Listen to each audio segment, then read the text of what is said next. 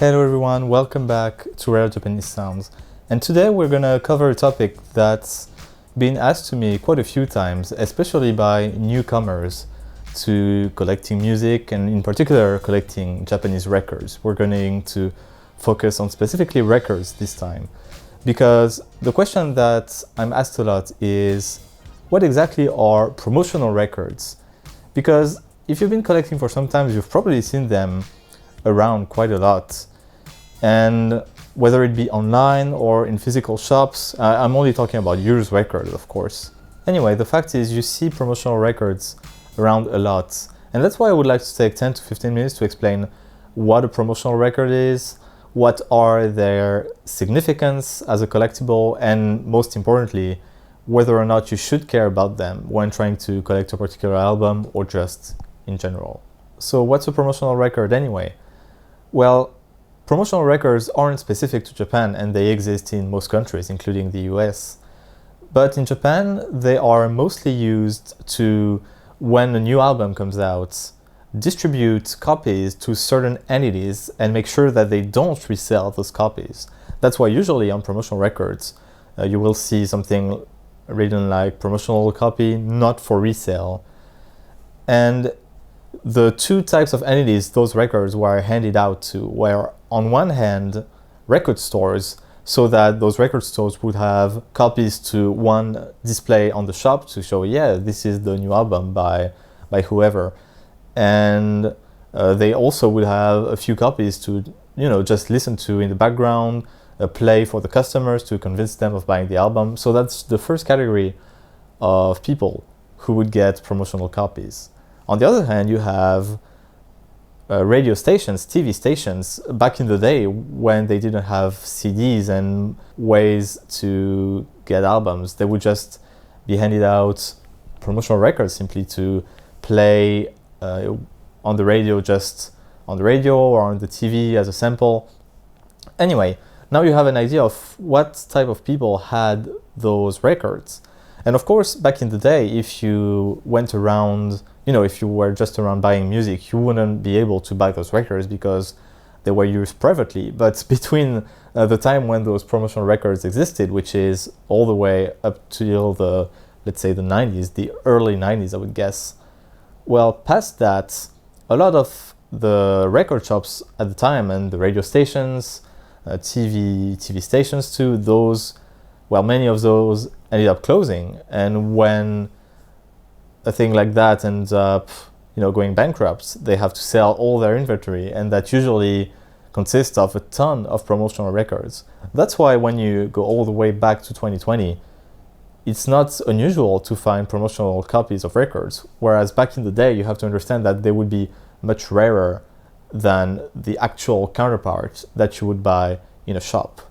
Of course, let me put a small asterisk to that, because the rarity of the promotional samples, promotional copies of the records would depend depending on the actual album we're talking about. For instance, a very popular album, got quite a number of copies sent to radio stations, record shops and all that, but also got a huge number of copies that actually got sold to regular customers. So you have that imbalance of, even though the raw number of promotional copies is high, you also have a very high number of regular copies, which make the promotional copies rare in proportion. On the other hand, for a lot of the more obscure releases, you have, of course, a very small number of copies sold, but you still have that kind of bare minimum of promo copies you send out to stores and all that because you want to sell your records in the end. So you have, for some albums, actually a better, more likelihood of finding a promotional copy compared to a regular one. Of course, in practice, I think there are always more copies of the regular version of the album compared to the promotional one. It's just that the regular copies are owned by regular people, and those regular people don't tend to sell their copy, whereas the promotional ones are usually held by professionals. So those professionals will be much more likely to actually go out and sell all their promotional albums. That's why you see them around a lot. Anyway, as a collector, should you care at all about promotional copies? Well, before I go into the details of the different types of promotional copies you have, let me first make a general statement that those promotional copies, because they were usually held by professionals, I just say usually because you don't know how many people the copy of the album you have has passed through before you got it. So maybe it was originally held by a store, but then got resold to an individual who then sold it again and again. But when we're talking about records, it's usually the type of item that has a very long lifespan under someone's hands. It's not the kind of item that you buy and sell just a few years later. You don't intend on selling your record. At least that's what the landscape of the market is nowadays. But the fact of the matter is, usually, because those records were held by professionals, you see more care given to the item. You will usually, and that's what I've noticed from my personal experience, but your mileage may vary, I see more care given to the record and usually a better sound quality. But you run the risk of the record being actually used a lot because it was, the only promo copy that the store got for a popular album, so maybe they played it a lot. But apart from that, you can usually expect to get a pretty good quality both of the sleeve and the disc itself. So that is why, as a collector, I usually don't make much of a difference between a promotional copy of an album and the regular one, unless the promotional copy is very rare, and you usually see that for the more popular albums, let's say For You by Tatsuro Yamashita. This one, because of the huge number of actual copies sold, I think we're talking about several hundreds of thousands of copies. Well then, because the promotional copy is rare in terms of raw numbers, and in proportion to the original, of course it commands a premium. But I would like to take the next few minutes making the distinction between the different types of promotional records. And I will start by the first one, which is the one people usually don't pay much attention to. It's basically when the record has no difference between a promotional copy and a normal copy. And the only difference is, for instance, on my copy of Orion, which is actually a promotional copy, the only difference is that you see the Japanese characters for promotional disc that is written on the label. But apart from that, you really have no way to tell that one is a promotional copy. You can't actually see it on the sleeve itself. So yeah, there is no real interest as a collectible for this type of promotional copy of an album. And that also includes all of those where the only distinction from a promotional copy on the sleeve is just the red sticker that you will notice on the front of the sleeve that says also promotional copy, or sometimes it's also in the back, also with a sticker. Usually those aren't too appealing, but for that you really need to investigate for each particular album you're talking about. Well, actually, in the case of Orient, I think the label of the non-promotional one has more of a gray-brownish color to it, whereas this one is pretty much white. So that would be a case where the label is slightly different between the promotional copy and the regular one. Another example I can think of is Sun Shower, where the label of a regular copy is simply, I think, a blue-white gradation, whereas the promotional one is completely white with the text in black. In that case, you can have a certain amount of premium depending on what kind of audience you cater to, whether the kind of people are the kind who want a certain copy of an album. It really depends on a lot of factors. And maybe in the case of Sun Shower or Orient, which both got reissues that were very similar to the original. Actually, Sun Shower is exactly like the original, except for, of course, the catalog number and the fixed retail price, which exists in Japan, but not in most other countries. Anyway, in the case where you got reissues that are extremely similar to the original, having a promotional copy is a way to, assert that your copy is easily visible as an original. I think it's a pretty cool way to show that, because you probably don't get as many promotional copies, if any, in today's world. But I guess For Awakening by Hiroshi Sato, that one did get a few promotional copies for its reissue in 2019, but again, I'm not too sure about that. Anyway, if your label has a visible difference between the original and the promo copy, it might be a justification to pay a bit more, and it kind of works as an insurance against very represses with a high fidelity compared to the original. Then moving up again one echelon in the ranking of more interesting types of promotional copies, you have those where the sleeve itself is noticeably different from a regular one. Usually when that happens, you have sleeves that are either very monochromatic compared to the colorful one. That usually can be seen on 7 inches, like EPs, rather than LPs. But for some LPs, you have versions that are quite different from the regular copy because it's made with a different design that is made in advance, so they can give it beforehand to record shops so that they can order a certain number of copies of the album itself. Anyway, my point is, when you have a difference in both the label and the sleeve, then it makes your particular copy of the album more appealing, and usually those are actually rarer than the copies that just have a different labels, because they did, take the time to make a label specifically for the promotional copies, so they had to print a bunch of them for it to make sense. But some of those they look much more mature type of promotional copies. Those sometimes are just pieces of paper that are taped onto a white sleeve. Those look much more artisanal. And my point with that is those really give a bit more flair to a copy of the album. And you could also make the argument that because those promotional copies are certainly printed before the regular ones, you might have, more pristine sound, the best quality that you can get out of your mold when you press the album, but that's very for certain types of audiophiles, which I'm not a part of. But if you're talking about specific jazz releases, especially expensive ones, it might make a difference. But again, depends on what types of records you're collecting. I'm just giving my general opinion here.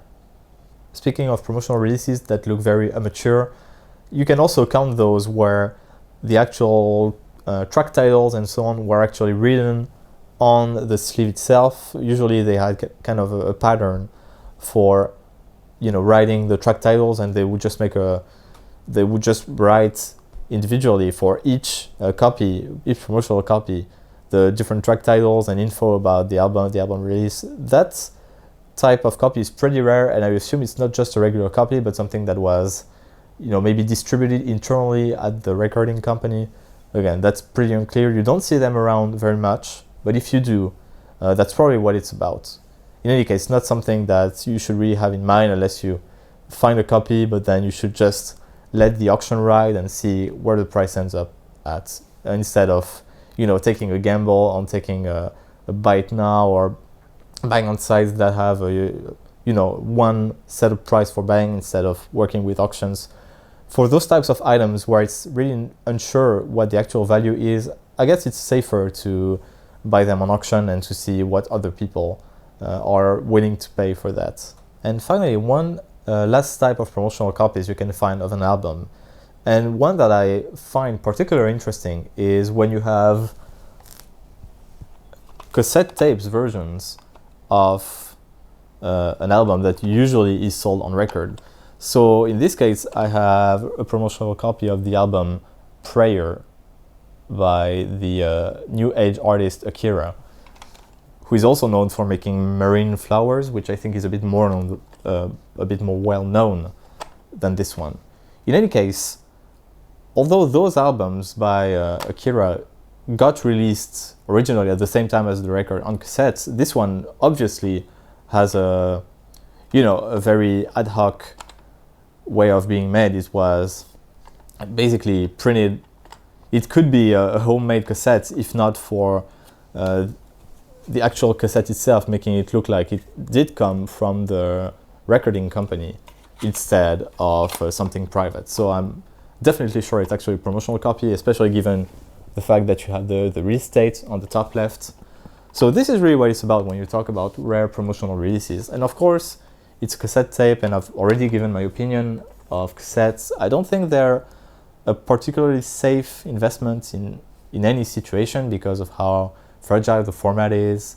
It's very easy to, you know, have a cassette that doesn't sound good. I don't even have a cassette player. I don't know if the tape even works, but I got it for something like 500 yen because the seller didn't write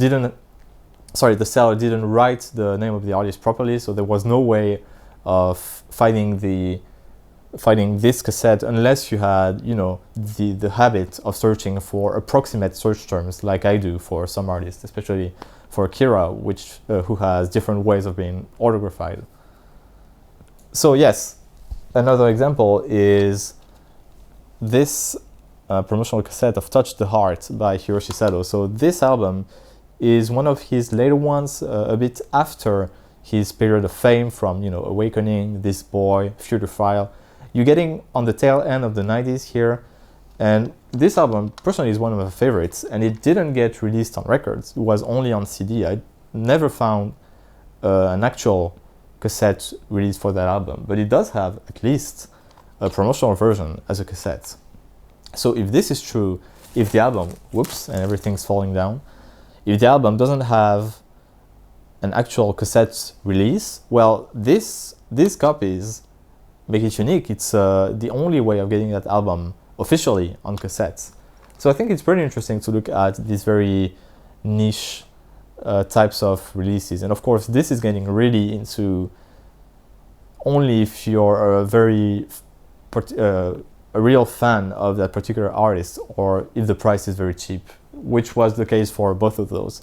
I think there is a world in which these types of you know, obscure promotional copies that don't really have a lot of aesthetic appeal to them, you know, it's just black on white, there isn't much to be said, but there is a world in which people, you know, try to go away from, you know, just collecting the albums and try to find really the most obscure ones, the rarest ones. In that world, you could see those prices go up immensely. But again, it's taking a gamble on the future. And as a collector, what I do recommend is that you just pay minimal attention to whether it's a promotional record or not. And specifically that you try not to overpay for a promotional copy. Maybe in the future, there will be people who collect specifically promotional copies of all their albums, but that's not my case. I don't know many people who do, but if that happens, I guess my advice will be invalidated. But for now, keep in mind that a copy of an album is a copy of an album.